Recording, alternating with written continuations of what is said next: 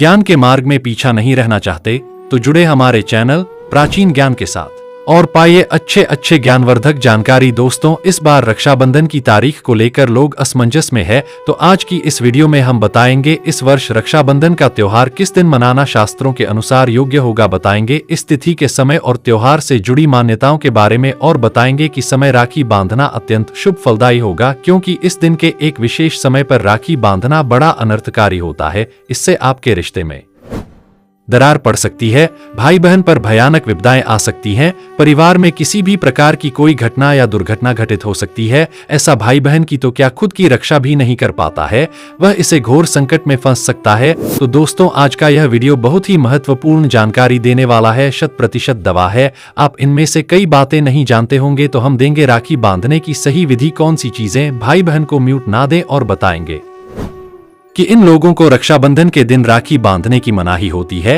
तो विस्तृत जानकारी पाने के लिए वीडियो को आखिर तक जरूर देखें। दोस्तों, हमारा देश रीति रिवाज, त्योहारों और उत्सवों का जीता जागता स्वरूप है, और सावन का तो हर दिन नाचता गाता सा अनुभव होता है, हर दिन एक खुशी लेकर आता है। अब रक्षाबंधन का त्योहार आ रहा है।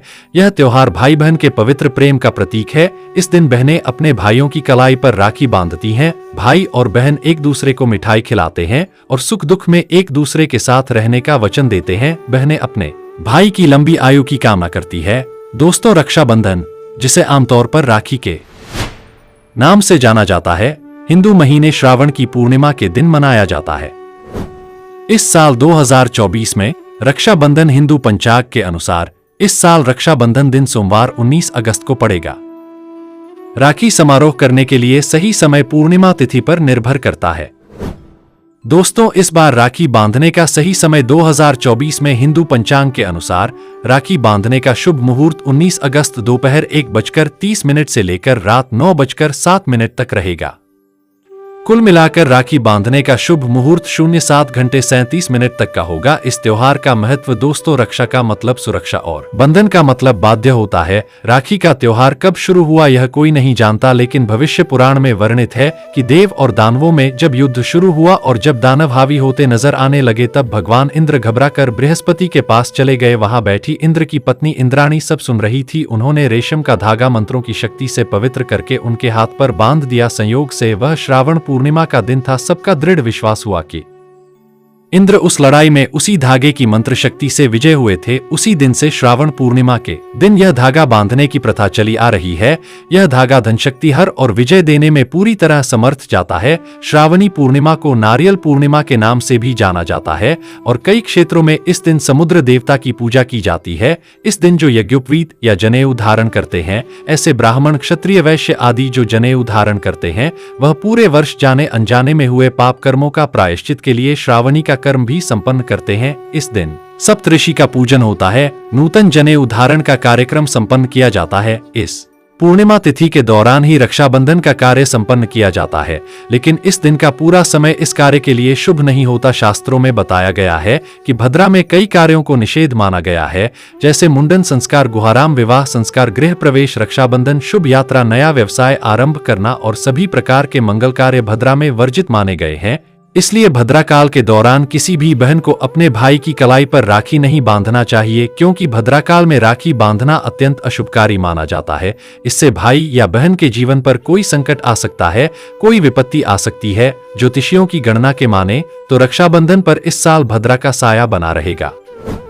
इसका असर इस तिथि पर सुबह 6:05 से लेकर दोपहर 1:32 तक रहेगा। दोस्तों, ऐसा माना जाता है कि रक्षाबंधन आप पूर्णिमा से लेकर जन्माष्टमी तक मना सकते हैं। इस काल में भद्रा काल छोड़कर कभी भी राखी बांध सकते हैं, उसका कोई दोष नहीं लगता। आगे बढ़ने से पहले आपसे रिक्वेस्ट करते हैं कि वीडियो को लाइक जरूर करिएगा, दोस्तों को शेयर कर दीजिएगा, और अगर आपने अभी तक चैनल को सब्सक्राइब नहीं किया है तो चैनल को सब्सक्राइब करके बेल आइकॉन जरूर दबाएं। दोस्तों, साल 2024 में श्रावण मास यानी सावन का महीना 22 जुलाई सोमवार से शुरू होकर 19 अगस्त सोमवार को समाप्त होगा।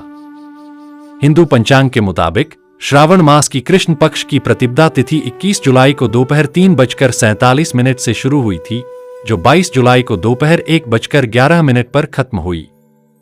इस साल सावन के महीने में 5 सोमवार पड़ रहे हैं, जिसका शुभ संयोग माना जा रहा है।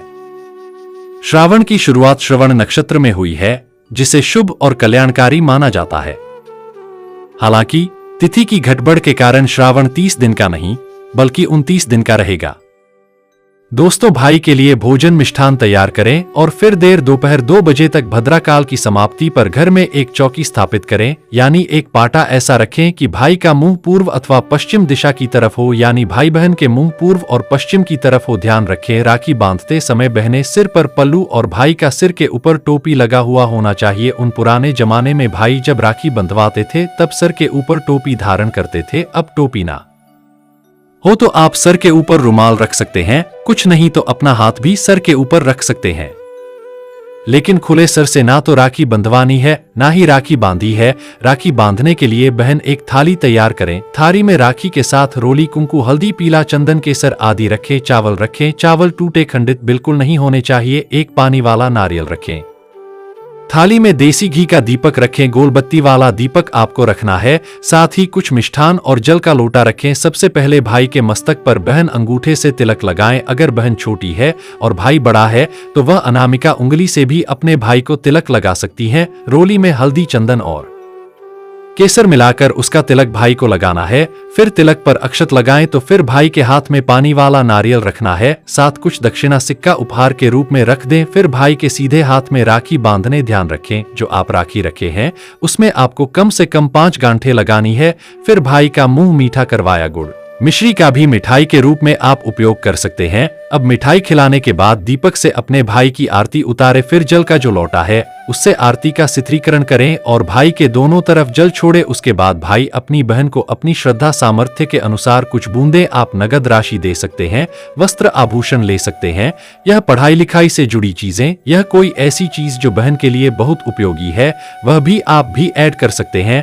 लेकिन ध्यान रखें, गलती से भी लोहे की, कांच की या फिर जर्मन धातु की वस्तु अपनी बहन को राखी के दिन बिल्कुल भेंट ना दें, यह शास्त्रों के विरुद्ध है। इसके अलावा दोस्तों, राखी के दिन आप बाल ना कटवाएं, दाढ़ी ना बनवाएं और झूठ, क्रोध, वाद विवाद आदि से दूर रहें। किसी का दिल ना दुखाएं। इस दिन द्वार पर आए याचक को खाली हाथ न लौटाएं। अपने सामर्थ्य के अनुसार कुछ न कुछ दान अवश्य करें। राखी के दिन आप एक समय भोजन करके व्रत कर सकते हैं।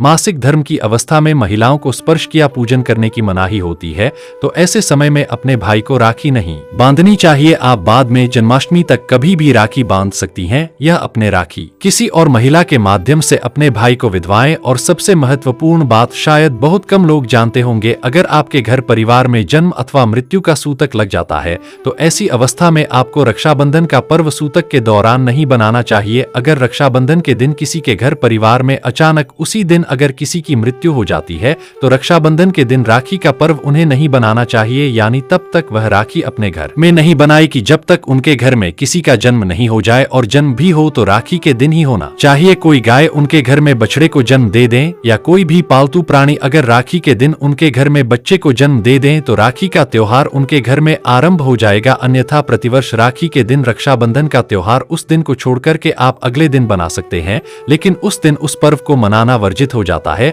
तो दोस्तों, विधि विधान से आनंद पूर्वक यह प्यार का त्योहार मनाइए और घर परिवार में ढेरों खुशियां लाइए। तो दोस्तों, ये थे आज की छोटी सी जानकारी। यह जानकारी कैसा लगा आप हमें कमेंट में जरूर बताएं, और हाँ, कमेंट में अपना नाम और राशि जरूर लिखना ताकि आने वाले समय में आपको आपके राशि के अनुसार हम उपाय और सुझाव बता सके। वीडियो को आगे शेयर करना न भूले। आपके एक छोटे से प्रयास किसी की जीवन में खुशहाली ला सकता है। जय श्री राम, धन्यवाद।